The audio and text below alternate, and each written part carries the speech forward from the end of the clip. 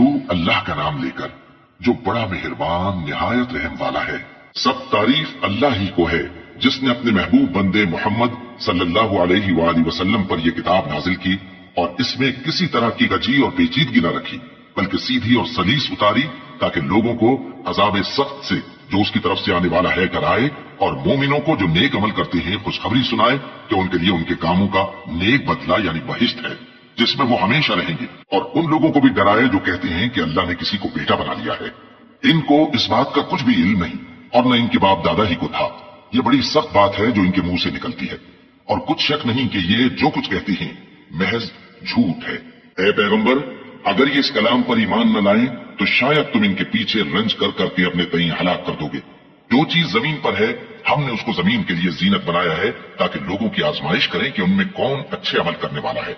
اور جو چیز زمین پر ہے ہم اس کو نابود کر کے بنجر میدان کر دیں گے۔ کیا تم خیال کرتے ہو کہ غار اور لوح والے ہماری نشانیوں میں سے عجیب تھے؟ جب وہ نوجوان غار میں جا رہے تو کہنے لگے کہ اے ہمارے پروردگار، ہم پر اپنے ہاں سے رحمت نازل فرما اور ہمارے کام میں درستی کے سامان مہیا کر۔ تو ہم نے غار میں کئی سال تک ان کے کانوں پر نیند کا پردہ ڈالے رکھا، یعنی ان کو سلائے رکھا، پھر ان کو جگہ اٹھایا تاکہ معلوم کریں کہ جتنی مدت وہ غار میں رہے دونوں جماعتوں میں سے اس کی مقدار کس کو خوب یاد ہے۔ ہم ان کے حالات تم سے صحیح صحیح بیان کرتے ہیں۔ وہ کئی نوجوان تھے جو اپنے پروردگار پر ایمان لائے تھے اور ہم نے ان کو